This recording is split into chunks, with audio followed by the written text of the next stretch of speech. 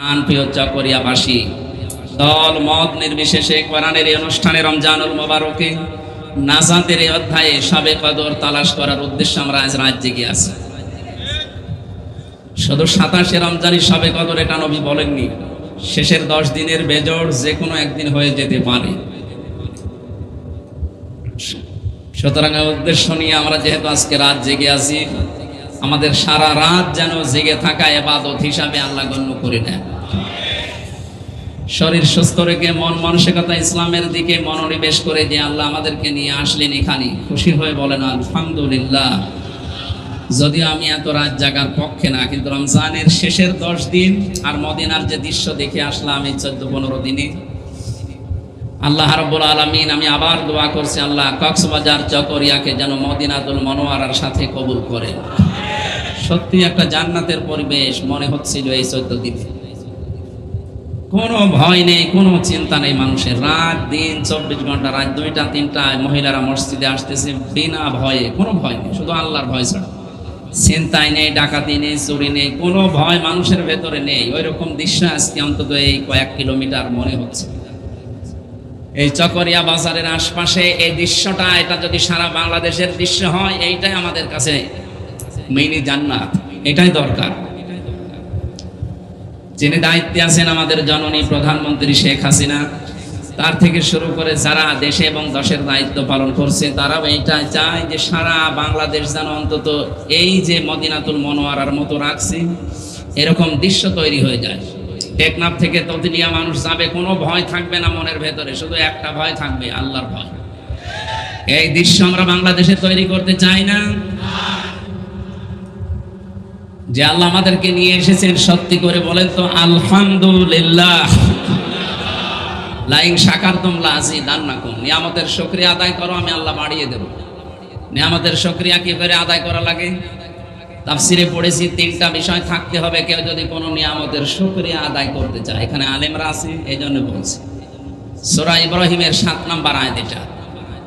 আল্লাহ পাক বলেন লাইন শাকারতুম লাযিদান্নাকুম ওয়া লাইন কাফারতুম ইন্না আযাবি লাশাদীদ।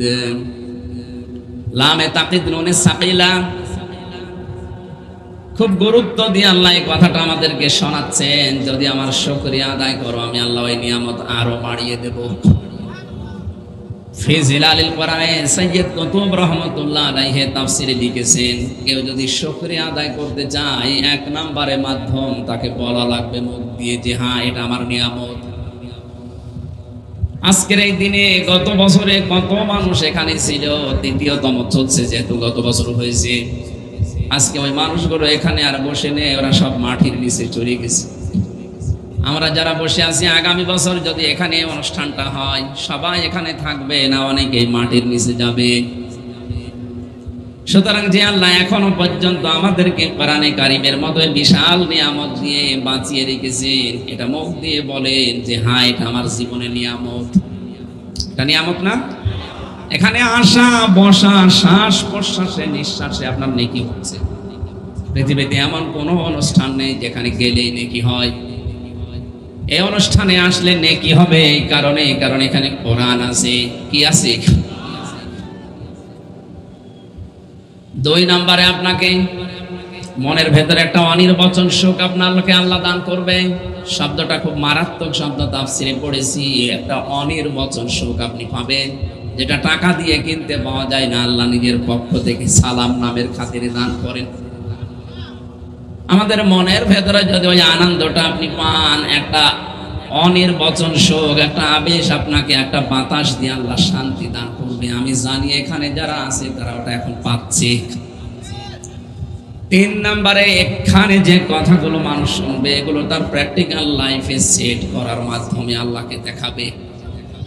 আজকের তেলাওয়াত কি আয়াতে আল্লাহ যে কথা জানাতে চান, আমরা এখান থেকে নিয়ে বাকি জীবনে এটা যেন মিলাতে পারি। এই 3টা বিষয় যদি মানুষ দেখাতে পারে, লাযিদান্নাকুম, এরকম কোরআনের সম্পৃক্ততা আল্লাহ আরো বাড়িয়ে দেবেন। ওয়ালাইন কাফারতুম, কেউ যদি কুফরি করে, না শুকরিয়া করে, দাম দিতে না চায়, মর্যাদা মূল্য না দেয়, ইন্না আযাবি লাশাদীদ, এরকম ভালো কাজে তাকে আল্লাহ আর ইনভলভ করবে না, সম্পৃক্ত করবে না। জীবনের মতো তার থেকে নিয়ামত আল্লাহ কেড়ে নেবে এবং কঠিন আযাবের ভেতরে ফেলে দেবে। বলেন নাউযুবিল্লাহ।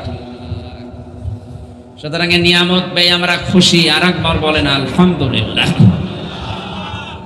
দরুদ আর সালাম পড়ছে আমাদের নবী মুহাম্মদ রাসূলুল্লাহ সাল্লাল্লাহু আলাইহি ওয়াসাল্লামের প্রতি, যাকে নবী হিসাবে পাওয়ার কারণে রমজান পেয়েছি। অন্যান্য নবীর জামানায় রমজান মাস ছিল না? ছিল না? ছিল। দুনিয়ার এই আসমান জমিন যেদিন আল্লাহ তৈরি করেন সেই দিন তার কিতাবের ভেতরে 12টা মাসের নাম আল্লাহ নিজে লিখে দিয়েছে। ইন্না ইদ্দাতাশ শুহুরি ইনদাল্লাহি 12 শাহরান ফি কিতাবিল্লাহ ইয়াওমা খালাকাস সামাওয়াতি ওয়াল আরদা মিনহা আরবাআতুন হুরুম। আল্লাহ পাক বলেন, আসমান আর জমিন আমি যেদিন তৈরি করি ওই দিন আমার কিতাবে, তার মানে কোরআনে, আল্লাহর কিতাব কোনটা? এই পৃথিবী তৈরি হওয়ার 50,000 বছর আগে আমার আল্লাহ কোরআনে কারীম তেলাওয়াত করে ফেরেশতাদের সামনে শুনিয়েছিলেন। এজন্য কিতাব বলতে একটাই, তার নাম কোরআন শরীফ। ফি কিতাবিল্লাহ, তাফসিরে পড়েছি আল্লাহর এই কোরআনে আল্লাহ 12টা মাসের নাম তিনি লিখেছিলেন, তার ভেতর রমজান এটাও ছিল। এই হাজার হাজার বছর আগে দুনিয়া থেকে চলে যাচ্ছে, এ রমজান ছিল কিন্তু এর গুরুত্ব ছিল না। রজব মাস যেমন, শাওয়াল মাস যেমন, সফর মাস যেমন, এ রমজান ওই রকমই ছিল। বিশ্ব নবীকে আল্লাহ কোরআনে কারীম দিয়েছে, এই কারণে রমজানের দাম আল্লাহ আকাশ ছোঁয়া বাড়িয়ে দিয়েছে। রমজানে আজকে 1-1.5 ঘন্টা যদি কোরআন বোঝার জন্য আপনি ব্যয় করেন, বাকি 11 মাসে এরকম 70টা অনুষ্ঠানে গেলে যে সওয়াব পেতেন আজকে একটাই পাওয়া যাবে। রাত এখন গভীর, সারাদিনের পরিশ্রান্ত শরীর, এই জন্য মনে হয় আপনাদের ঘুম লাগছে নাকি? আপনার জীবনের 70টা অনুষ্ঠান এরকম করলে যে সওয়াব পেতেন, নেকি পেতেন, আজকের এই একটা দিনে 1-1.5 ঘন্টায় আল্লাহ এটা দেবে। কারণ একটা এখানে এমপি সাহেব আর আমির হামজা, এই কারণে। বলেন বলেন কিসের জন্য? ইন্না আনজালনাহু ফি লাইলাতিল কদর, অবশ্যই আমি আল্লাহ কোরআনে কারীম নাযিল করেছি লাইলাতুল কদরের রাতে। এই যে শেষের 10 দিনের বেজোড় সংখ্যা যেগুলো আছে তার ভেতরে কদর তালাশ করার জন্য নবীর আহ্বান, বিশ্ব নবীকে আল্লাহ জানিয়েছেন আপনি তালাশ করেন। নবীজি শেষের এই 10 দিনে এত বেশি ইবাদত বন্দেগী করতেন। হাদিস, আল্লাহর নবী নিজের মাজায় দড়ি লাগিয়ে, গামছা লাগিয়ে, চাদর লাগিয়ে শক্ত করে বেঁধে নিতেন, যেন রাতের বেলা সারা রাত অলসের মতো ঘুমিয়ে না কাটে। আমরা হয়তো সারা জীবন পারছি না, শেষের 10 দিনও অনেকে পারি না, অন্তত আজকের এই দিনটা আমাদের জীবনে কোরআনের জন্য যদি আজকের রাতটা কেটে যায়, তারপরও আলহামদুলিল্লাহ। কিন্তু শুকরিয়া আদায় তখন হবে যখন এখান থেকে কথা শোনার পরে আমাদের প্র্যাকটিক্যাল লাইফে এগুলো সেট করা যাবে। চকরিয়াবাসী, আমি যে কথা এখান থেকে নিয়ে এসেছি, রমজান মাস ছিল কিন্তু মর্যাদা ছিল না। যে নবীর কারণে মর্যাদা, যে নবীর উপরে কোরআনে কারীমে রমজানের সবে কদরে নাযিল হওয়ার কারণে মর্যাদা। তাহলে আসল বিষয় কোরআন কি? এই কোরআনে কারীম যদি আল্লাহ সফর মাসে দিতেন, রমজানে একটা ইবাদতে যেমন 70টা সওয়াব হয়, সফর মাসেও তাই হতো। উদাহরণ দিতে গেলে আমরা বলি যে এটা যেন বিয়েতে বরের মতো। বিয়েতে হাজারো মানুষ বরযাত্রী রেখেছে, কিন্তু বর যায়নি, মেয়ের বাবা কিছু খেতে দেবে।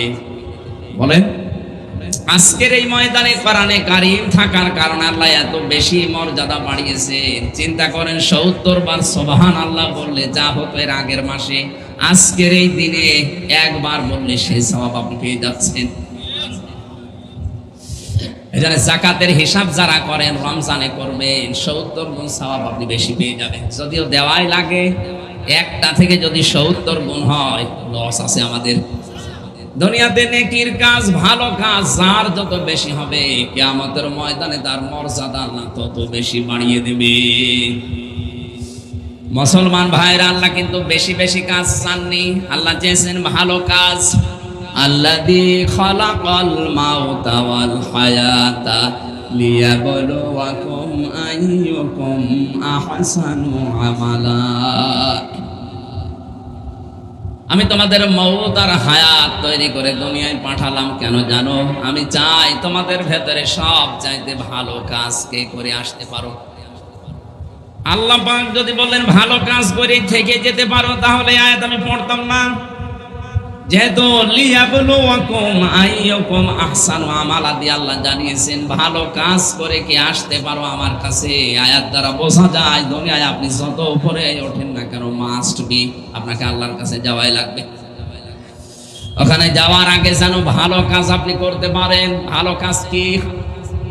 আমি আপনি নিজে মনে মনে একটা কাজ আবিষ্কার করলাম ওইটাই ভালো কাজ হয়ে যাবে তা না। ভালো কাজ হওয়ার জন্য শর্ত দুইটা। এক নম্বরে আল্লাহর হুকুম থাকা লাগবে, দুই নম্বরে রাসূলের তরিকা থাকা লাগবে, নয়তো এটা ভালো কাজ হবে না। আল্লাহ আকসারু আমালা দিতে পারতেন, আমি বেশি বেশি কাজ চাই। আল্লাহ বলেন আহসানু আমালা ইসমে তাফজিল, এটা সুপারলেটিভ ডিগ্রি। আল্লাহ বলেন আমি কাজটা চাই কিন্তু ভালো কাজ। যে কোনো কাজ করো ভালোভাবে করো। এ চকরিয়া এত সুন্দর বলছিলেন এমপি সাহেব, এই কারণে যতগুলো কাজ উনি করেছেন ভালো কাজ ভালোভাবে করেছেন, এই জন্য চকরিয়া এত শান্ত লাগছে। আপনি এই চকরিয়া না, এরকম জেলা এরকম থানা বাংলাদেশে বহু আছে। জানতো এরকম জায়গায় রাত 2টা 3টার সময় বের হন, আপনি কেমন নিরাপদ থাকেন দেখছেন। এখনো পর্যন্ত যে নিরাপদে আছি একটাই কারণ বা প্রমাণে যে আমরা যে কাজই করি না কেন আমরা যেন ভালোভাবে করি। বলেন আমিন। কাজ আপনার অল্প হোক কিন্তু কাজটা যেন ভালো হয়। কি হয়? রমজানুল মুবারকে যারা এসেছেন, কোরআনে কারীম এই মাসে আল্লাহ নাজিল করার কারণে, এই সবে কদরে কোরআন নাজিল হওয়ার কারণে এত বেশি গুরুত্ব বেড়ে গেছে। আয়াতের পরবর্তীতে আল্লাহ প্রশ্নবোধক চিহ্ন দিয়েছেন আল্লাহর নবীকে। এটা ইন্টারোগেটিভ সেন্টেন্স। আল্লাহ পাক বলেন ওমা দরাকা মা লাইলাতুল কদর। আপনি কি জানেন লাইলাতুল কদর কি? এতক্ষণ যেটা বলছি যে লাইলাতুল কদরে কোরআন আমি নাজিল করলাম, আপনি শুধু শুনে চুপ করে আছেন। আপনি কি জানেন এটা কি? লাইলাতুল কদরি খায়রুম মিন আলফি শাহর। এখানে আলফন ওয়াহিদুন নেই। এখানে যারা আলেম আছে জিজ্ঞাসা করেন তো আলফন ওয়াহিদুন মানে 1000 বছর, আর আলফন শাহরুন হাজার হাজার বছর। তার মানে আজকের এই রাতে, এই শেষের 10 দিনের বেজোড় রাতে যদি কেউ সত্যি ইবাদত করে কাটাতে পারে, মহান আল্লাহ তাকে হাজার হাজার বছরে ইবাদত করলে যে সওয়াব হতো ওইরকম সওয়াব দিয়ে দেবে। এখন আমাদের বোঝার বিষয় আয়াত থেকে, এই কথা বলেন কেন? ইবাদত কি? আমার মনে হয় এখানে যারা বসে আছি 100 জনের প্রায় 98 জন 99 জনের ধারণা ইবাদত মানে বসে বসে শুধু জিকির করা, নামাজ পড়া, রোজা রাখা, পর্দা করা হয়ে গেছে। এটার নাম ইবাদত? ব্যক্তিগত জীবন থেকে আন্তর্জাতিক জীবন পর্যন্ত, রান্নাঘর থেকে সংসদ পর্যন্ত সব জায়গায় আল্লাহর ইবাদত আছে না নেই? আছে। মানে ইবাদতটা কি? মানুষের সাথে যে কথা বলেন, যদি হাসি মুখে কথা বলেন ওইটাও ইবাদত। অথচ অনেক মানুষ এটাকে গুরুত্ব দেয় না, দুনিয়ার কাজ মনে করে কথাই বলতে চায় না, গোমরা হয়ে বসে থাকে। আকুলু লিন্নাসি হুসনা। আল্লাহ পাক বলেন মানুষের সাথে হাসি মুখে কথা বলো, ভালো কথা বলো, এটাও সাদগা দেওয়ার সওয়াব হয়ে যাবে।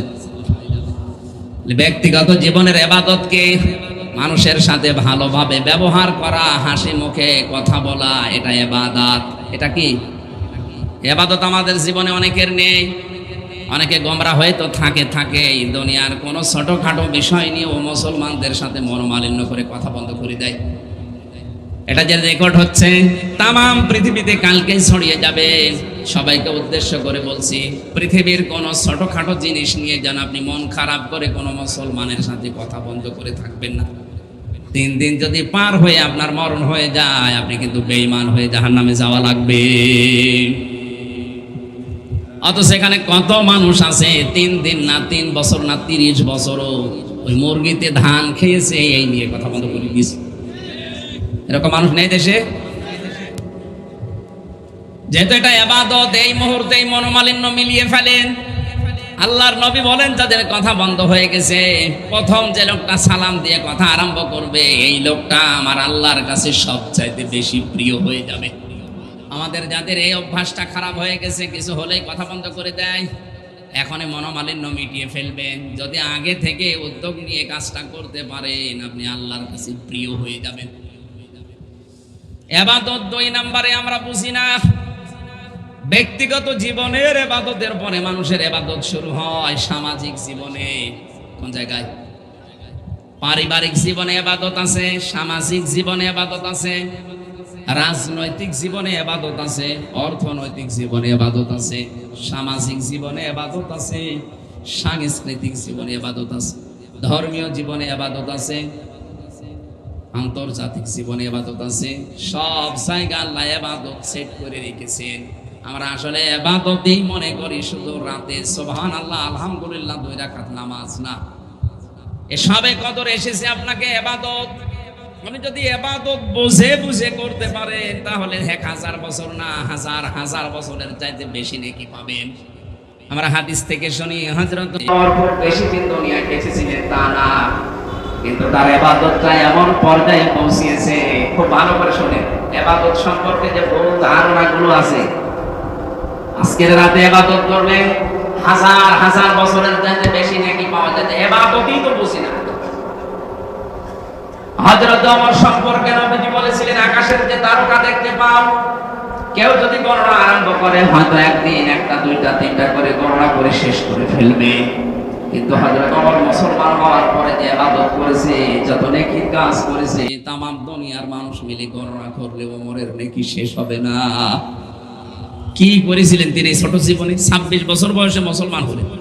মাত্র কয়েক বছর দুনিয়ায় জীবিত ছিলেন। এই কয়েক বছরে কি কাজ করলেন যে আকাশের তারকার চাইতে তার নেকির কাজ বেশি হয়ে গেল? তিনি যদি কয়েক বছর শুধু সুবহানাল্লাহ পড়তেন, এত নেকি পাওয়া সম্ভব ছিল? তার নেকি কি, তার ইবাদত কি, এইটা আমাদের জানা লাগবে। লাকাদ কানা ফি কসাসিহিম ইবরাতুল লিউলিল আবসার বা আলবাব। তোমাদের জন্য শিক্ষণীয় বিষয় আমি সাহাবীদের জীবনের ভেতরে লুকিয়ে রেখেছি।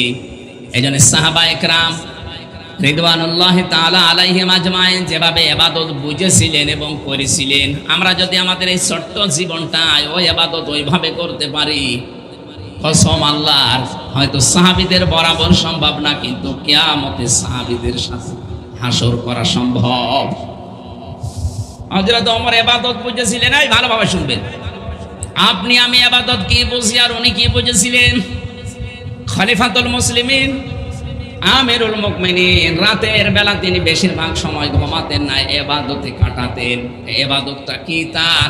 শুধু বসে বসে সুবহানাল্লাহ আলহামদুলিল্লাহ নামাজ পড়তেন নাকি?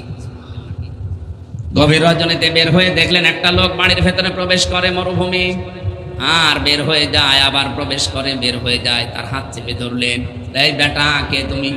বারবারে বাড়িতে ঢোকো আর বের হও। লোকটা বলে, আপনি কে? আমি তো এই বাড়ির মালিক। হযরত ওমর বলে, আমার ভুল হয়ে গেছে, মালিক, বারবার প্রবেশ করো, বের হও কোন কারণে? নিজের বাড়ি। লোকটা বলে, পথিক, আমার মতো বিপদে দুনিয়ায় কেউ নেই। আমার স্ত্রী সন্তান সম্ভবা, এখনই তার বাচ্চা হবে, কিন্তু এ বিষয়ে আমি একেবারে অনভিজ্ঞ, কিচ্ছু জানি না। স্ত্রী আমার কান্নায় ভেঙে পড়েছে, অস্থির হয়ে গেছে ব্যথার যন্ত্রণায়। আমার বাড়িতে কোনো ধাত্রীও নিয়ে এ বিষয়ে জানাশোনা। আমি এজন্য স্ত্রীর কষ্ট দেখে সহ্য করতে না পেরে বারবার বের হয়ে আবার যাই।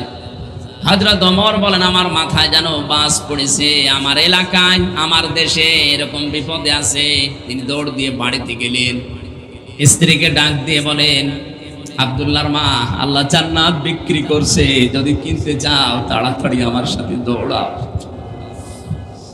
ও কক্সবাজারবাসী, তারা ইবাদত করেছিল এইটা, নিজের স্ত্রীকে সঙ্গে নিয়েছেন। সাধারণ মানুষ না তিনি, ওই সময় দেশের প্রেসিডেন্ট। স্ত্রীকে বললেন, কিছু ন্যাকড়া নাও, কিছু কাপড় নাও, তেল নাও, কিছু আটা নাও। এগুলো নিয়ে গেলেন, ওই লোকটার বাড়িতে প্রবেশ করালেন। ডাক দিয়ে বলে, ভাই আমার সাথে এখানে বসেন। কিছুক্ষণ পরেই ভেতর থেকে আওয়াজ এলো, খলিফাতুল মুসলিমিন আপনার বন্ধুকে সুসংবাদ দেন, তার একটা পুত্র সন্তান হয়েছে, সন্তান সুস্থ আছে, মাও সুস্থ আছে। হযরত ওমর বলেন আলহামদুলিল্লাহ। যার সন্তান সে বলছে নাউজুবিল্লাহ। হযরত ওমর বলে ভাই আপনার তো ছেলে, আপনার তো খুশি হয়ে আলহামদুলিল্লাহ পড়ার কথা, আপনি নাউজুবিল্লাহ পড়েন কেন? লোকটা বলে খলিফা, এই কথাটা শোনার পরে আমি নাউজুবিল্লাহ পড়ছি, কারণ এর আগে আমি সচক্ষে আপনাকে দেখি নাই। আপনি দেশের দায়িত্বে আছেন, আরে গভীর রজনীতে কোন জায়গা থেকে কোন মহিলা ধরে এনে আমার স্ত্রীর কাছে পাঠিয়ে দিলেন, এত বড় খেদমত করলেন, এত বড় উপকার করেছেন, পকেট থেকে কয়েকটা টাকা দিয়ে বললেন নেন, ওই মহিলাকে দিয়ে দেবেন। রাতের বেলা যে নার্স, যে ধাত্রী, যে সেবিকা নিয়ে এসেছিলেন তাকে টাকাগুলো দিয়ে দিয়েন। হযরত ওমর বলে ভাই রাতের বেলা আপনার স্ত্রীর খেদমত করার জন্য যে মহিলাকে নিয়ে এসেছিলাম ওটা পেশাদার কোন নার্স না, সেবিকা না, ধাত্রী না, ওটা আমার নিজের স্ত্রী। আপনি নিজের মনকে জিজ্ঞাসা করেন তো, ইবাদত তারা কি বুঝেছিল আর আমরা কি ইবাদত বুঝি? আজ লক্ষ লক্ষ কোটি কোটি টাকা অনেকের ব্যাংকে পড়ে আছে, ছাতা পড়ে যাচ্ছে, অথচ নিজের এলাকায় 10 জন মানুষের কর্মসংস্থান তৈরি করে দেয় না। আমি এর আগেও একবার এসেছিলাম এখানে, এই হোটেলে আমি 1 ঘন্টা মতো ছিলাম। ওখান থেকে জিজ্ঞাসা করে জানতে পেরেছিলাম যে এটা ওনার। এখানে হাজারো মানুষের কর্মসংস্থান তৈরি হয়েছে, হাজারো মানুষ হালাল রুজি উপায় করে খাচ্ছে। আমি ওই দিনই দোয়া করেছিলাম, আল্লাহ এই জাফর আলম সাহেবের জীবনের কিছু যদি কবুল না হয়, এই মার্কেটের মাধ্যমে যত যুবকের কর্মসংস্থান উনি তৈরি করে দিয়েছে, হযরত ওমরের সাথে যেন আল্লাহ তাকে কবুল করে নেয়। ইবাদত উনি যদি এটা ইবাদত মনে করে করে থাকে, আসলে এটা ইবাদত। কি করবেন আপনি টাকা দিয়ে? আমি আপনাকে রমজানেও দান করতে বলছি না, আপনি দান করতে যদি ইমানে না কোলায় দান করার দরকার নেই। আপনার টাকাগুলো ব্যাংকে পড়ে ছাতা পড়ে যায়, ওগুলো তুলে একটা ওয়ার্কশপ তৈরি করেন। এখানে শুনলাম যে মার্কেটও ছিল না, এটা এর পেছনে কিছুই ছিল না, জলাশয় ছিল। এ বিশাল আয়োজনে যিনি খেদমত সেই ছোটবেলা থেকে আপনাদের পেছনে লেগে আছে, এই যে হাজারো মানুষের কর্মসংস্থান তৈরি করে দিয়েছে, এটা যদি ইবাদত উনি না বুঝতো, জীবনেও করার কথা ছিল না। শুধু নামাজ, রোজা, হজ, যাকাত নিয়ে পড়ে থাকে। বিএ, অনার্স, এমএ এমনি লেখা নেই, শিক্ষিত মানুষ বুঝেছে যে ইবাদত আসলে কি, অনেকে আমরা জানি না। কুনতুম খায়রা উম্মাতিন উখরিজাত লিন-নাস, আল্লাহ বলেন তোমরা শ্রেষ্ঠ জাতি, তোমাদের শরীর বড়, তোমরা লম্বা চওড়া বেশি, গায়ে গোশত আছে বেশি, এই জন্য নাকি বলেন না? আমরা শ্রেষ্ঠ এই কারণে আল্লাহ আমাদেরকে বের করেছেন মানুষের কল্যাণ করার জন্য। আপনার দ্বারা যদি মানুষের কল্যাণ না হয়, আপনি বুঝবেন আল্লাহর কাছে আপনি আর কুকুর সমান।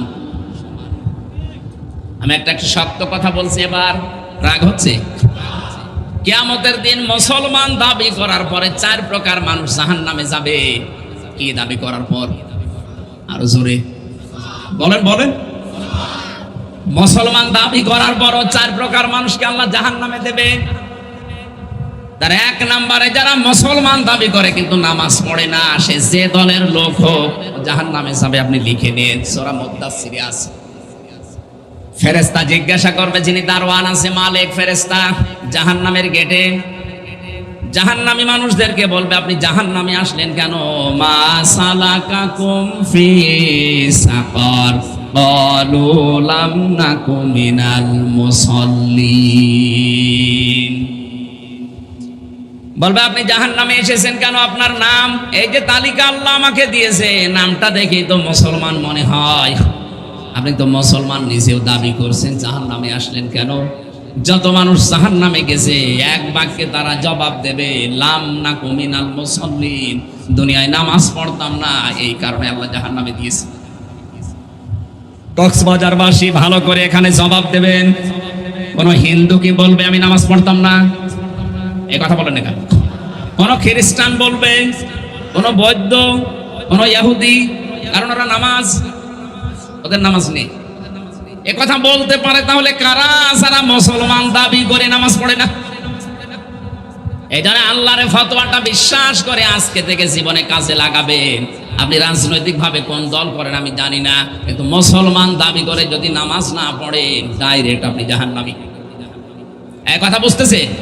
কারণ নামাজ চাই মানুষকে আল্লাহর কাছে ছোট করতে, আর আল্লাহর উদ্দেশ্য এইটাই। এজন্য মানুষের সুরাত সিরাতের দিকে তাকালে মনে হয় মানুষকে আল্লাহ সেজদা দেওয়ার জন্যই বানিয়েছে। এভাবে হাত দিয়ে, কপাল দিয়ে, নাক দিয়ে পৃথিবীর কোন সৃষ্টি আল্লাহকে আর সেজদা দিতে পারে না। এই যে গাছগুলো দাঁড়িয়ে থাকে মনে করেন এমনি দাঁড়িয়ে আছে না, সকালে আর বিকালে নিজের ছায়াগুলো লম্বা করে দিয়ে আল্লাহকে সেজদা দেয়, কিন্তু মাটির সাথে কপাল, নাক আর হাত এভাবে ঠেকাতে পারে না। আমাদের 3.5 হাত বডি দেখলেই যেন মনে হয় আল্লাহ আমাদের বানিয়েছেন সেজদা দেওয়ার জন্য। বলেন সুবহানাল্লাহ। তাহলে আল্লাহর উদ্দেশ্য আমাদের নামাজের দ্বারা কি হওয়া? ছোট হওয়া। বলেন আরো জোরে বলেন। মানুষের এই আমিত্ব, এই বড়ত্বকে নষ্ট করার জন্য সেজদা, এর চাইতে উত্তম জিনিস দুনিয়ায় আর নেই। আচ্ছা স্যার, দুর্ভাগ্যজনক হলেও সত্য, এই এলাকায় আছে কিনা জানি না, বাংলাদেশে বহু মানুষ মসজিদে এখন আর মসজিদ নেই, চেয়ারের কারখানা বানিয়ে ফেলেছে। এই এলাকায় আছে? আরে ভাই, আপনি যদি নামাজ পড়তে হেঁটে যেতে পারেন যান, যদি না যেতে পারেন তাহলে আপনি বসে পড়বেন, যদি বসেও পড়তে না পারেন শুয়ে শুয়ে ইশারা দিয়ে পড়বেন যে এখন রুকু করছি, সেজদা করছি, এখন এটাও যদি না পারেন আপনার নামাজ মাফ। আল্লাহর সামনে দাঁড়িয়ে ভালো মানুষ আপনি চেয়ারে বসে বসে চেয়ারম্যানই করছেন। নাকি বেশি বললাম? এলাকায় মনে হয় এগুলো নেই, আপনি বুঝতেছেন না। কুষ্টিয়ার বিভিন্ন মসজিদে দেখি, কুষ্টিয়ায় আমার বাড়ি, ও বড় মসজিদের প্রথম কাতারে আমার মনে হয় শুধু চেয়ারই। ভালো মানুষ বাজার করে বাড়ি নিয়ে যাচ্ছে, কোনো অসুবিধা নেই। মসজিদে গেলে ওর পায়ে মনে হয় কি পোকা লেগেছে। আপনাকে আল্লাহ চায় যে আপনি একটু ছোট হবে, আর চেয়ারে বসে বসে আপনি ডাম্পাটি করেন, একটু ছোট হওয়া বলে। এখন যদি বলেন আমার মাথায় ব্যথা, আমি পারি না, আরে ভাই আপনি পারেন না, আপনি বসে বসে মাটিতে বসে পড়েন। মাটিতে না পারলে আপনি শুয়ে যেভাবে ইশারায় পড়েন, না পারলে তো নামাজ মাফ। আপনাকে ওইভাবে করা লাগবে। কে ইসলাম কি এত কঠিন আপনাকে করাই লাগবে? এমনকি মসজিদে দৌড়িয়ে যে জামাত ধরাও নিষেধ। এখানে আলেম যারা আছে বলেন, নবীজি বলেন সেই কয় রাকাত পাও যে পাবে ইমামের সাথে, না পড়লে বাকিটা একা পড়ে নেবে। দৌড়াতে যে যদি ক্ষতিগ্রস্ত হয়ে যান, আপনারা ক্ষতি উসুল করবেন কি দিয়ে? দেখেন তো, যেখানে দৌড়িয়ে নামাজের জামাত ধরা নিষেধ, আর সেই জায়গায় কি কঠিন করে ইসলাম বানিয়েছে। ওটা আরাম আছে, শান্তি আছে, এই কারণে। আর আল্লাহর কসম, আপনি যদি নামাজের ভেতরে কপালটা মাটিতে না ঠেকাতে পারেন, সেজদার উদ্দেশ্যই তো হাসিল হয় না। কারণ সেজদায় নামাজে যে সেজদাকে আল্লাহকে কুদরতি পা মনে করা লাগবে, যেটা আল্লাহর কুদরতের পা। এমন একটা অনির্বচন সুখ আপনি ওখানে পাবেন। এখানে লম্বা করে একটু সেজদা দেওয়ার চেষ্টা চালান। জেলখানায় আমি এই যে 3টা বছর কাটিয়ে আসলাম, আমার নিজের অপরাধের জন্য নাকি? কে কোথায় কি করেছে সেই দোষ আমার উপরে চাপিয়ে বিনা কারণে আপনি আটক করে রাখলেন। যাই করেছি তারা জবাব দেবে কিয়ামত। এখানে যাওয়ার পরে আমি যেটা এর আগে জানতাম না, যেটা আমি পেয়েছি সেটা সেজদার মজা। আপনি যদি রাতের বেলা, ওখানে তো কোনো কাজ কাম নেই, 24 ঘন্টা তালাবদ্ধ থাকি। এই রাত 2টা 2:30টায় উঠে যদি একেবারে আজান পর্যন্ত 2 ঘন্টা 2.5 ঘন্টা 1-1.5 পারা কোরআন শরীফ নামাজে পড়ে 45 মিনিট 50 মিনিট যদি একটা সেজদা দিয়ে মনের কথাগুলো বাংলা ভাষায়, মাতৃভাষায় বলা যায়, এখানে একটা মাসলা বলা দরকার। এখানে নড়াচড়া বন্ধ করে। এই মাসলাটা জানেন কিনা আমি জানি না। নফল নামাজে আর সুন্নত নামাজে আপনি যদি নিজের মনের কথাগুলো সেজদায় গিয়ে বাংলা ভাষায় ও মাতৃভাষায়ও বলেন, অসুবিধা নেই, এটা জায়েজ আছে।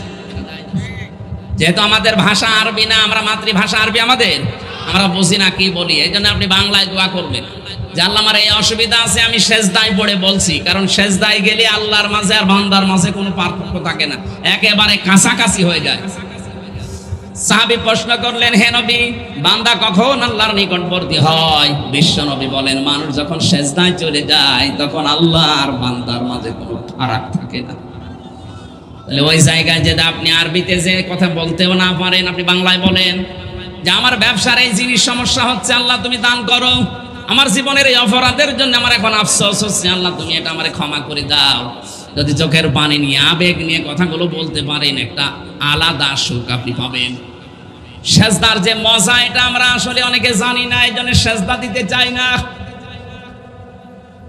40-45 মিনিট 1 ঘন্টা যদি একটা সেজদায় পড়ে পড়ে আবেগ নিয়ে পেছনের অপরাধের কথা স্মরণ করে কাঁদতে পারেন, আপনি দেখবেন স্ত্রী ব্যবহার করার চাইতেও বেশি আনন্দ পাচ্ছেন। এ পৃথিবীতে স্বামী স্ত্রীর মিলনের চাইতে তো আনন্দদায়ক বিষয় দুনিয়ায় আল্লাহ আর দেয়নি। এর চাইতে বেশি মজা পাওয়া যাবে যদি সেজদায় আল্লাহ আপনাকে পেয়ে যান। আমি নিজে পরীক্ষিত, এই জন্য আমলটা বললাম। মনের ভেতরে যখন অশান্তি লাগবে, রাতের বেলা লম্বা করে একটা সেজদা দিয়ে যদি কাঁদতে পারেন, মনে করবেন আল্লাহ আপনাকে নিজে মাথায় হাত বুলিয়ে দিচ্ছে। মুসলমান দাবি করার পরে যারা সেজদা দেয় না, তারা যাবে কোথায়? আরো জোরে। আর কারো ফতোয়া লাগবে?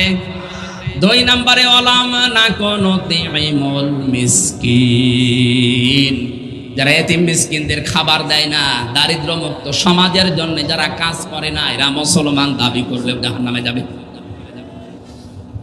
আমাদের জননী প্রধানমন্ত্রী শেখ হাসিনার জীবনে কি কবুল হবে কি হবে না আমি অন্তত জানি না, কিন্তু এই কাজটা আমার কাছে ভালো লাগে। এই যে একটি খামার, একটি বাড়ি, এই প্রকল্পের মাধ্যমে হাজার হাজার লক্ষ লক্ষ মানুষের একটা মাথা গোজার ঠাঁই হয়েছে আর একটা কর্মসংস্থান হয়েছে। এই কথা বলেন না কেন? কত লক্ষ লক্ষ মানুষ একটা ঘর পেয়েছে, অন্তত মাথাটা বুঝতে পারে। একটি খামারের মাধ্যমে নিজের একটা কর্মজীবন তৈরি করতে পেরেছে, হালাল রুজি উপায় করার একটা ব্যবস্থা করতে পেরেছে, মানুষের কাছে হাত পাতা অন্তত লাগে না। এই কাজটা যিনি উদ্যোগ নিয়ে করলেন, আল্লাহ যেন এই ওসিলায় তারে মাফ করে দেন, বলেন আমিন। 560টার উপরে মসজিদ বানিয়েছে বাংলাদেশে। আরে ভাই, মন্দির তো বানায়নি, অন্তত মন্দির বানালে সেখানে আল্লাহর সাথে শিরিক হতো। মসজিদ বানিয়েছে, কিছু না হলেও সেজদা তো দেওয়া হবে। কথা বলেন। সব কাজেই যদি আপনি সমালোচনা করেন না, মানব কল্যাণে যে কাজগুলো করেছে, বঙ্গবন্ধু টানেলটার দিকে তাকান, পদ্মা সেতুর দিকে তাকান, বাংলাদেশের রোড ঘাটগুলো অন্তত যাই হয়েছে। হ্যাঁ, মারিং কাটিং হয়নি তা না, সত্য কথা তো বলাই লাগবে। মারিং কাটিং করেছে, বেগম পাড়া যারা বানিয়েছে তাদের ওই টাকাগুলো নিয়ে বাংলাদেশে ফেরত নিয়ে আসা দরকার। এগুলো মানুষ না, এগুলো জানোয়ারের চাইতেও খারাপ। আপনার টাকা নিয়ে বাইরের দেশের উপকার করবেন, মানে এদেশে কর্মসংস্থান তৈরি করা যায় না। এবাদতই বসে নাও, মনে করে একবার সুবহানাল্লাহ পড়লে জান্নাতে বিশাল গাছ হবে, এই তো এবাদত। কে বলেছে আপনাকে? এবাদত তো এইটা আপনার দ্বারা যেন মানুষের কল্যাণ হয়। আজ এই আবাদতটা না বোঝার কারণে আজ আমরা এখনো পর্যন্ত বিশ্বের কাছে হাত পেতে থাকি। প্রধানমন্ত্রী আমার মনে হয় আবাদতটা এভাবে বুঝেছেন, এই জন্যই তো একটি ভারী একটি খামারের এই প্রকল্পটা চালু করেছে। লক্ষ লক্ষ মানুষ এই প্রকল্পের মাধ্যমে আওতায় এসে আজ হাত তো পাতা লাগে না। আপনি চাষ করে খান, মুরগির খামার দেন, ছাঁচের খামার দেন, হাঁসের খামার দিয়ে অন্তত নিজে মানুষের কাছে ভিক্ষার থলি না নিয়ে যদি 1-2 টাকা দান করতে পারেন, এই হাতটা আল্লাহর কাছে অনেক দামি। এই হাতটার চাইতে সুবহানাল্লাহ বলতে পারেন না? ভিক্ষুকের জাতি থেকে অন্তত দান দেওয়া, মানুষকে সাদকা দেওয়া, এই জাতি যদি বানানোর চেষ্টা উনি করে, এ কাজে যদি তাকে সম্পৃক্ততার সাহায্য কেউ না করে, সে জাহান্নামে যাবে। আমি আবার বলছি বাংলা ভাষায়, যারা দারিদ্র মুক্ত সমাজের জন্য কাজ করে, আপনার দলের লোক না হোক, তার পেছনে আপনাকে থাকা লাগবে। এই কথা বুঝতেছেন? দারিদ্র মুক্ত সমাজের জন্য যারাই কাজ করবে, সে যেই হোক, তার পেছনে আপনাকে থাকা লাগবে, না আপনি জাহান্নামে যাবেন। কোন হুজুর নিয়ে আসবেন, নিয়ে আসেন। যারা দারিদ্র মুক্ত সমাজের জন্য কাজ করে না, সে যে হোক, কোথায় যাবে?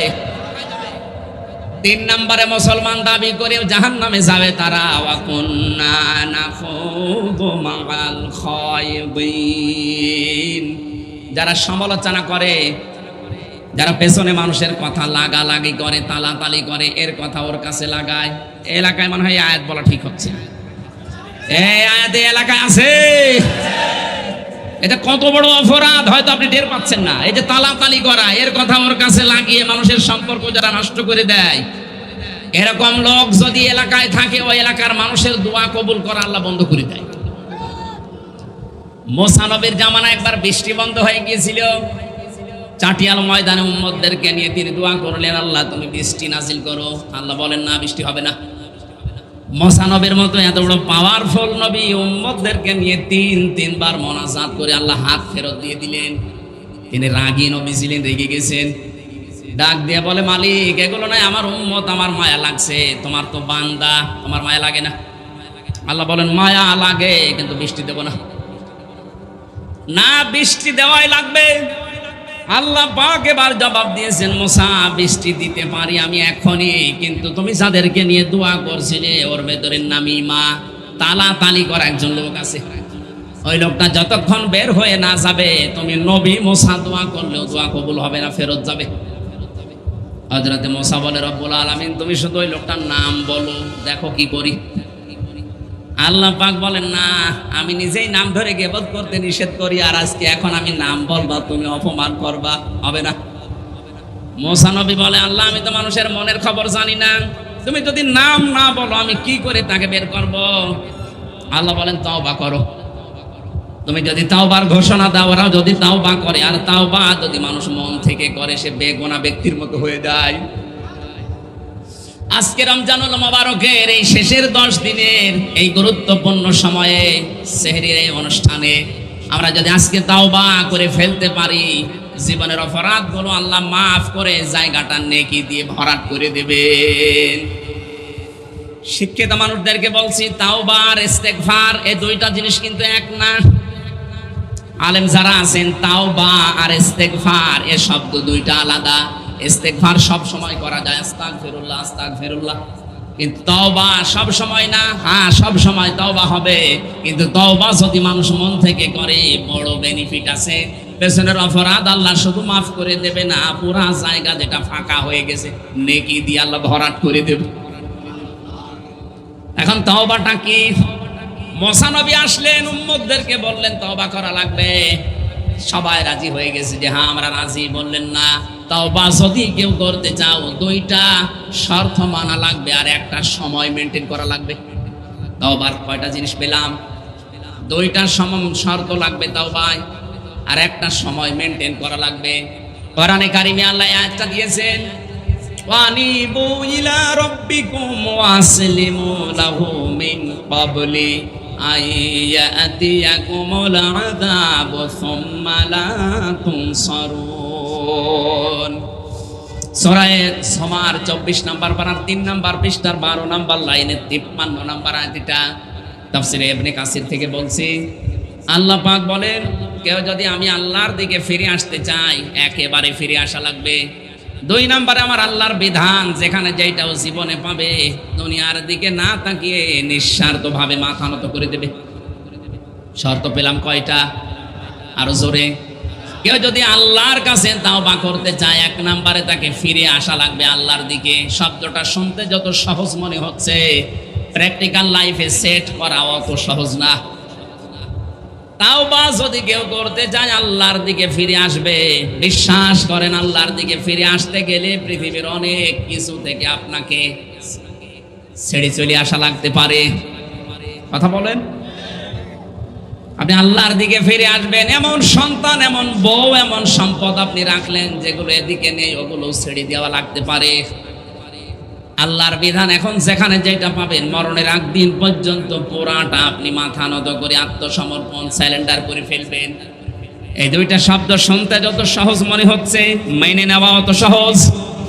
বলেন বলেন, এই পৃথিবীর সবচাইতে বড় ভারী শব্দ। আল্লাহ পাক বলেন এই দুইটা শর্ত কখন মানবে জানেন? ওই দিন আসার আগে, যেই দিন তোমাদেরকে আর সাহায্য করা হবে না।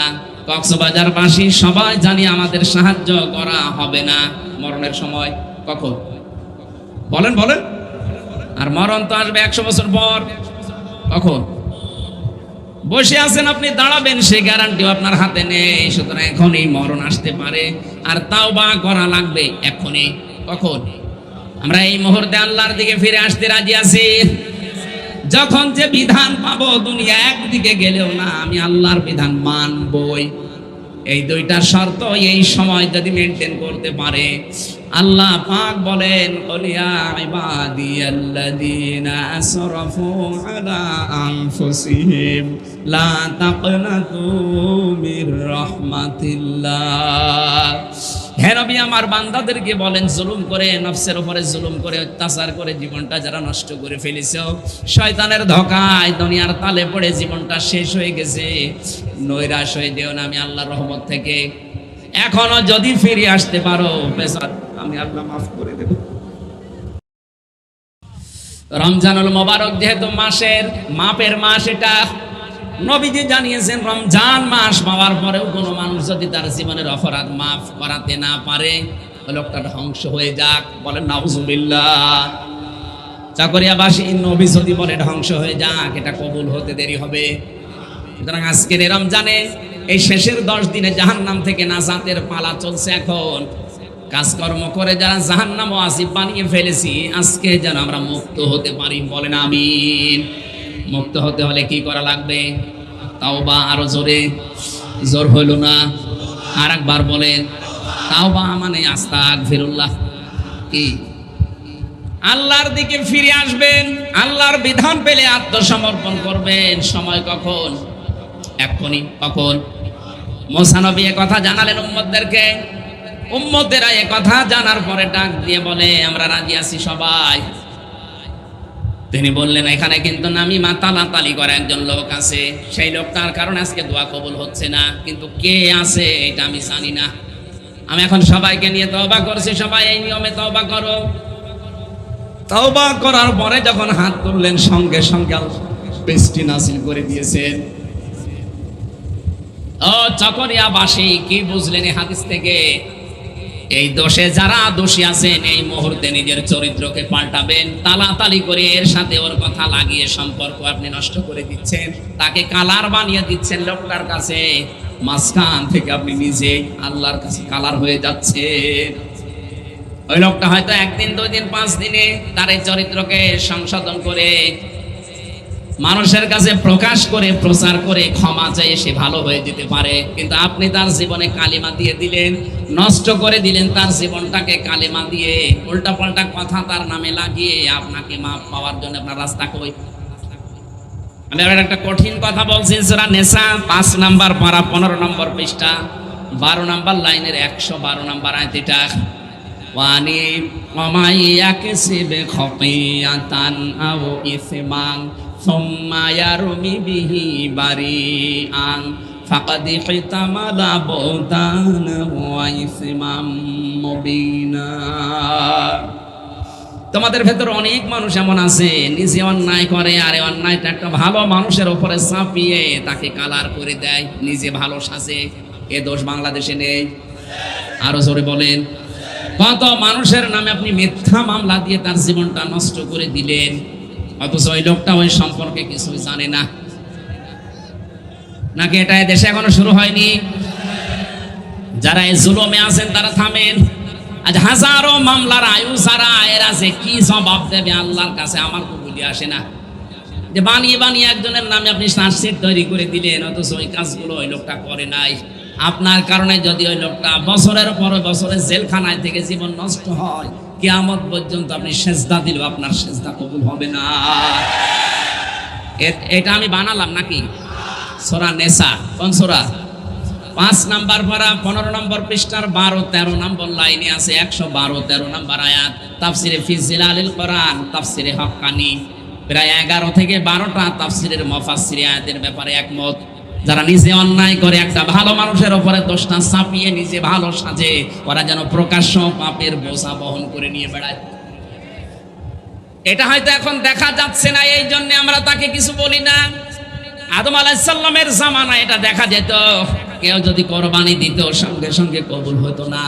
ওটা চাটিয়াল ময়দানে রেখে আসা লাগতো, আগুনের ঝলক এসে যার টাকা হালাল ওইটা পুড়িয়ে ফেলতো, আর যার টাকা 2 নাম্বার হারাম ওইটা ওখানে পড়ে থাকতো। এলাকার মানুষ বুঝতো যে এই 2 নাম্বার। আমার মনে হয় আজ যারা নিজেরা অন্যায় করে ভালো মানুষের উপরে দোষ চাপিয়ে তাকে কালার করে তার জীবন নষ্ট করে দিচ্ছেন, এই যে ফাকাদ ইহতামালা বুহতানা ওয়া ইসমাম মুবিনা, আল্লাহ বলেন ওই মানুষগুলো যেন প্রকাশ্য পাপের বোঝা বহন করে নিয়ে বেড়াচ্ছে। এটা যদি আদম নবীর মতো আজ বাংলাদেশে দেখা যেত, অনেকেই ঘর থেকে বের হতে পারতো না। এই জুলুমে যারা আছেন তারা থামেন। আমি আপনাকে বাঁচাতে চাই, কারণ নবীজি জানিয়েছেন তোমার ভাই জালেম হোক আর মাজলুম হোক তাকে সাহায্য করো। সাহাবীরা বললেন, হে নবী, মাজলুম হলে নাই তাকে সাহায্য করা যায়, ভাই যদি জালেম হয় তাকে সাহায্য করব কি করে? আল্লাহর নবী বলেন, জালেম ভাইকে সাহায্য করার নিয়মে তাকে জুলুম থেকে যে কোনো কায়দায় বাঁচাও। তা আপনি যে জুলুম করছেন এখান থেকে আপনাকে আমি বাঁচানোর চেষ্টায় আছি, কারণ আপনি জাহান্নামে যাচ্ছেন। না এই অপরাধটা বাংলাদেশে নেই এখন? বলেন বলেন। কলম হাতে পেলেই উল্টা পাল্টা একজনের নামে লিখে দেন। যারা আল্লাহকে বিশ্বাস করে না তাদের কথা নাই, বাদ দিলাম। মুসলমান দাবি করার পরও অনেকে কাজে আজ লিপ্ত আছে না নেই? বিনা কারণে যে লিখলেন, আপনি কি জানেন এই কলমের দাম কত? নুনুল কলামি ওয়া মা ইয়াসতুরুন। আল্লাহ বলেন কসম কলমের, এবং কলম দিয়ে লেখকরা যা লেখে ওই লিখিত জিনিসের কসম। কলম একটা হাতে পেয়েছেন, পত্রিকায় উল্টা পাল্টা লিখে দেবেন, আপনার তো কিছুই মনে হচ্ছে না। আপনি কি জানেন এই লিখিত জিনিসের কি মর্যাদা? তামাম দুনিয়ার ভেতরে সবচাইতে দামি জিনিস হচ্ছে কলম। কারণ এই কলমের দ্বারা একজনের ফাঁসি হয়, কলমের দ্বারাই মানুষ জাল দলিল করে জমি লিখে নেয়। এই কথা বলছেন না কেন? না এলাকায় সব নেই? হাজারো মানুষের জমি জাল দলিল করে লিখে নেয় মানুষ কি দিয়ে? আরো জোরে। শরিক ফাঁকি দেওয়া মানুষ যদি এখানে থাকেন একটু হাত তোলেন তো। একজন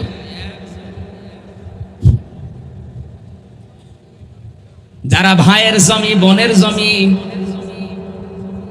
মেয়ের জমি এবং আশপাশের মানুষের জমি জায়গা যারা জাল দলিল করে লিখে নিয়েছেন, কান খাড়া করে তিরমিজি শরীফের হাদিস শোনেন, দুইটা ক্ষতি হবে আপনার।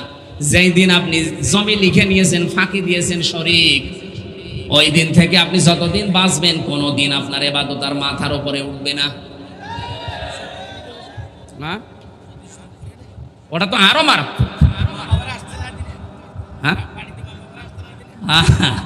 আমি ওইদিকে যাচ্ছি একটা একটা। এই শোনেন, যে কথাগুলো বলছে এই কথাগুলো আমারই বলতে, ওনারই বলা দরকার। আজ কত মানুষ শরিক ফাঁকি দিয়ে হজ করতে যায়, ছেলের নামে ভালো ভালো সম্পদগুলো লিখে দিয়ে মেয়ের মাথায় হাত দিয়ে বলে মা তোর জন্য দোয়া করে দিলাম। ওটা একটা নির্ভেজাল শয়তান। এই তুই দোয়া তো করবি, ওরে ফাঁকি দিলি কেন? আগে ওর জমি ফেরত দে, এরপরে দোয়া কর। শরিক ফাঁকি দেওয়ার গোনা কি? এক নম্বরে জীবনে ওই দিন থেকে যতদিন বেঁচে আছেন কোনোদিন আপনার ইবাদত মাথার উপরে আর উঠবে না। দুই নম্বরে যখন মারা যাবেন ঈমান পাবেন না, বেঈমান হয়ে মরবেন। বলেন এই সুসংবাদ খুব ভালো। এরপরেও যদি কেউ এই মানুষের জমিন ফাঁকি দেওয়া, শরিক ফাঁকি দেওয়া বন্ধ না করেন, ভাই ভাইয়ের জমি লিখে নিয়েছেন, আপনি মানুষ, আপনি আবার নামাজ পড়েন, রোজা রাখেন, হজ করে এসেছেন, আপনার হজ আমার মনে হয় বাংলাদেশে আসা দূরের কথা, জেদ্দার বিমানবন্দরও আসে নাই। আজ কত সন্তান এই বাংলাদেশে নিজের মা বাবাকে রাস্তায় পর্যন্ত ফেলে দিচ্ছে। কয়েকদিন আমি সৌদি আরবে থাকাকালীন কয়েকটা ভিডিও দেখছিলাম, 4 ছেলে 2 মেয়ে, এই 6 জন মিলে বাবার সম্পদগুলো সব নিজেদের নামে লিখে নিয়ে বাবাকে রাস্তায় ছেড়ে দেওয়ার সিদ্ধান্ত নিয়েছে। এই বাংলাদেশে কোন জেলায় যেন দেখলাম। এটা কি নাউজুবিল্লাহ না সুবহানাল্লাহ? না না, শুধু নাউজুবিল্লাহ পড়লে হবে না। উনি বলছিলেন না, ইসলামী শিক্ষায় শিক্ষিত না হওয়ার কারণে এই 6টা সন্তান মানুষ করেছেন আপনি কিভাবে? মা বাবা যে কি জিনিস ওরা তো জানেই না। আল্লাহর পরে মা বাবার স্থান, সেই শিক্ষাটাই 6টা সন্তানের একটাও পায়নি। এই জন্য তারা বউ ছেলে মেয়ে নিয়ে ব্যস্ত আছে, নিজেদের সম্পদগুলো বাবারটা সব নিজের নামে লিখে বাবাকে রাস্তায় ফেলে দেওয়ার সিদ্ধান্ত নিচ্ছে। এটা শুধু ছেলে মেয়েদের দোষ নাকি ওই বুড়ো লোকটার দোষ আছে? আপনাকে আহ্বান জানাবো, ছেলে মেয়ে যাদের আছে ইসলামী শিক্ষায় শিক্ষিত করে, নয়তো আপনাকেও শেষ বয়সে বৃদ্ধাশ্রমে থাকা লাগতে পারে। কারণ আপনার সন্তান তো জানে না যে আপনি কি জিনিস। আল্লাহর পরে যে আপনার স্থান ও তো জানেই না। ওকে শিক্ষা দেন এইটা, একদিকে দুনিয়া চলে যাবে, একদিকে আপনি তাও সব বাদ দিয়ে আপনার দিকে থাকবে। কারণ আপনাকে আল্লাহ যে মর্যাদা দিয়েছে ও তো জানে যে এটা আমার জান্নাত, এটা আমার জাহান্নাম। কান খাড়া করে শোনেন মুসলমানেরা, এইরকম মানুষকে ভোট দেওয়া, যত অপরাধ করবে ওই লোকটা জীবনে সব ফিলাক্সি লোড হয়ে আপনার। আপনি মনে করছেন ভোট এটা শুধু ভোট না, এটা একটা আমানত। এটা কি? এটা একটা সাক্ষী। আন্দাজে যার তার নামে সাক্ষী দিয়ে আপনাকে তাকে ফুলের মতো পবিত্র করে পাঠিয়ে দিলেন চেয়ারে। ওই চেয়ার পাওয়ার পরে ওই লোকটা যত অন্যায় কাজ করবে আপনার এই একটা ভোটের কারণে যতদিন বেঁচে আছেন আপনার আমল নামায় ফিলাক্সি লোড হয়ে বিকাশ হয়ে যেতেই থাকবে। এখন যদি বলেন আমার বিকাশ নাম্বার খোলা নেই, এমনি খুলি দেবেন, বিকাশ খোলা লাগবে। এই জন্য ইবাদত আমরা অনেকে আজ বুঝি না। এবাদত বোঝা লাগবে আমাদেরকে। হযরত ওমর এবাদত বুঝেছিলেন ওইভাবে, আর আমরা কোন ধাসের এবাদত বুঝি না। আমার দ্বারা যদি মানুষের উপকার না হয়, মানুষের কর্মসংস্থান তৈরি না হয়, আমার রুচিত উপায় করাই লাগবে আমার দ্বারা আরো যেন 10টা মানুষের কর্মসংস্থান তৈরি হয়। ওই লোকটা চিন্তায় থেকে, চুরি থেকে, হতাশা মুক্ত জীবন পাবে। আপনি 10টা সিএনজি কিনে দিন, ও নিজে নিজে চালিয়ে অন্তত 1000 টাকা উপায় করে যদি আপনাকে প্রতিদিন 300 টাকা দিয়ে 700 টাকা তার থাকে, অন্তত চিন্তাই করা থেকে, রাহাজানি করা থেকে, ডাকাতি করা থেকে বাঁচতে পারবে। এগুলো যখন না থাকে তখনই মানুষ রাস্তায় দাঁড়ায়। এখানে বাংলাদেশে যারা ধনী মানুষ আছেন তাদের উদারত আহ্বান জানাবো, আপনি আপনার এই টাকা পয়সাগুলো বাইরে বেগম পাড়া না বানিয়ে এই দেশের মানুষের জন্য তৈরি করেন, আপনার আখিরাত তৈরি হবে। টাকায় টাকা বাড়তে থাকবে একদিকে, 2 নম্বরে হাজারো মানুষের কর্মসংস্থান তৈরি হয়ে তাদের পরিবারস্থ লোকদেরকে নিয়ে চলে তারা চুরি, ডাকাতি, রাহাজানি, চিন্তায়, মাস্তানি, সাদাবাজি থেকে মুক্ত জীবন পাবে। আল্লাহর জান্নাত আপনার উপরে খুশি হয়ে যাবে। আল্লাহ আমাদেরকে রমজানুল মুবারকে এই লাইলাতুল কদরে এইভাবে ইবাদত করার তৌফিক দিন, বলেন আমিন। তানাজ্জালুল মালাইকাতু ওয়ার রূহ, এ রাতে ফেরেশতা নাযিল হয়। ফেরেশতা এসে আপনার সাথে হাত মিলাবে যদি আপনি এই ইবাদতের সিদ্ধান্ত নেন। আর যদি এই ইবাদতের সিদ্ধান্ত নিয়ে যান যে বসে বসে শুধু সুবহানাল্লাহ 2 রাকাত নামাজ পড়ে শেষ করে দেব, না, আপনার সাথে মুসাফা করার জন্য ফেরেশতা আসবে না। আপনাকে আল্লাহ দেখতে চায় যে আপনার দ্বারা আল্লাহর বান্দাদের কোনো উপকার হয় কিনা। নবীজির মাত্র 63 বছরের জীবন, কয় বছর? এতটুকু জীবনে তিনি অমর হয়ে আছেন আজ। অথচ আমার অনেকে 80 বছর, 90 বছর, 100 বছর হায়াত পেয়েও কিচ্ছু করতে পারি না। এই জন্য এমন এমন কিছু কাজ করা দরকার। বঙ্গবন্ধুকে আজ মানুষ নাম শুনলে অনেকে দোয়া করে, এমনি করে। তার এই ছোট্ট জীবনে মানুষের কল্যাণের জন্য যে কাজগুলো করেছেন দুনিয়া, এই কাজগুলো যদি আল্লাহ কবুল করেন, কিয়ামত পর্যন্ত ইসলামিক ফাউন্ডেশনের কারণে সে দোয়া পেতে থাকবে। ইসলামিক ফাউন্ডেশন যতদিন এই দেশে থাকবে, যত মানুষ, যত ছোট ছোট ছেলে মেয়েরা এই ফাউন্ডেশনের মাধ্যমে কোরআন আর হাদিস পড়বে, আমার ছোট মেয়েটাও পড়ে, ইসলামিক ফাউন্ডেশনের ছাত্রী, 4 বছর বয়স, তার 8টা 9টা সূরা মুখস্থ হয়ে গেছে। বঙ্গবন্ধু আমার এই ফারিহা জান্নাতকে কোনোদিন নাম শুনেছে, দেখেছে? বলেন। অথচ সে কবরে আছে। এ ফারিহা যতদিন সকালে ইসলামিক ফাউন্ডেশনের এই মসজিদ ভিত্তিক শিশু শিক্ষায় যে কোরআনের আয়াত পড়বে, প্রতিটি আয়াতের 10টা নেকি করে তার কবরে আল্লাহ পাঠিয়ে দেবে। যেন এমন এমন কিছু কাজ করে যাওয়া দরকার, আমি থাকবো না যেন কিয়ামত পর্যন্ত আল্লাহ আমার আমল নামায় শান্তি, সুখ, নেকি পাঠাতেই থাকেন, বলেন আমিন। ফেরেশতা এসে আপনার সাথে মোলাকাত করবে, হাত মিলাবে, আল্লাহর রহমত নাজিল হতেই থাকবে। কতদিন পর্যন্ত? হাত্তা মাতলাইল ফাজর, যতক্ষণ সূর্য উদিত না হয়। আল্লাহ আমাদেরকে আজকের এই রাতে এই ইবাদতটা যেন কবুল করেন। মান কামা ফি লাইলাতুল কদরি, যে ব্যক্তি লাইলাতুল কদরে ইবাদত করে ঈমান আর ইহতিসাবের সাথে, ঈমান আমাদের মাস্ট বি আছে যতটুকুই হোক, ইহতিসাবটা নেই। ইহতিসাব কি? হিসাব করে করে বাকি জীবন চালানো। যেখানে পা দেবেন হিসাব করে দেবেন যে এই কাজে আমার আল্লাহ রাজি আছে কিনা, আমার আখিরাত তৈরি হচ্ছে কি। জীবন তো শেষ করেই ফেলেছেন। নবীজি বলেন 40 বছর পার হওয়ার পরেও যে জান্নাতের কাছের দিকে ফিরতে পারে না, ও জাহান্নামে অর্ধেক চলে গেছে আর অর্ধেক যাবে। আমাদের জীবন যেন এরকম না হয়। আমরা আজকের এই রাতে ইবাদত যেভাবে করা দরকার, যেটা শুনলাম এইভাবে ইবাদত করার তৌফিক প্রত্যেকটা জীবনে আল্লাহ ইবাদত এভাবে কোট করে রেখেছেন কোরআনে। কোরআন থেকে, হাদিস থেকে পড়ে পড়ে ইবাদত এইভাবে মানব কল্যাণে করার তৌফিক কামনা করছি, বলেন আমিন। এই জন্য তালাতালি করা বন্ধ করেন, এর কথা ওর কাছে লাগানো বন্ধ করেন, নাই তো আপনি মুসলমান দাবি করলেও জাহান্নামে যাবেন। কুন্না নুকাজ্জিবু বিয়াউমিদ্দিন, 4 নম্বরের মানুষ তারা যারা কিয়ামত হবে এটা বিশ্বাস করে। আল্লাহ আমাদেরকে যেন 4 প্রকার মানুষকে হেফাজত করেন, আমিন। গফির লাহু মা তাকদ্দামা মিন যামবিহি আছে। আজকের ইবাদত যদি সত্যিই কবুল হয়ে যায় আর এই মন মানসিকতা নিয়ে যদি বাকি জীবনটা আমরা চালাতে পারি যে আমার দ্বারা মানুষের জন্য উপকার হয়, ক্ষতি না হয়, তাহলে আপনার পেছনের যত অপরাধী ছিল আল্লাহ আজকের রাতের ওসিলায় সব মাফ করে দিলেন। এই হাদিস আমরা 100% বিশ্বাস করি তো? বলেন বলেন। বারাকাল্লাহু লানা ওয়া লাকুম ফিল কোরআনিল আযীম।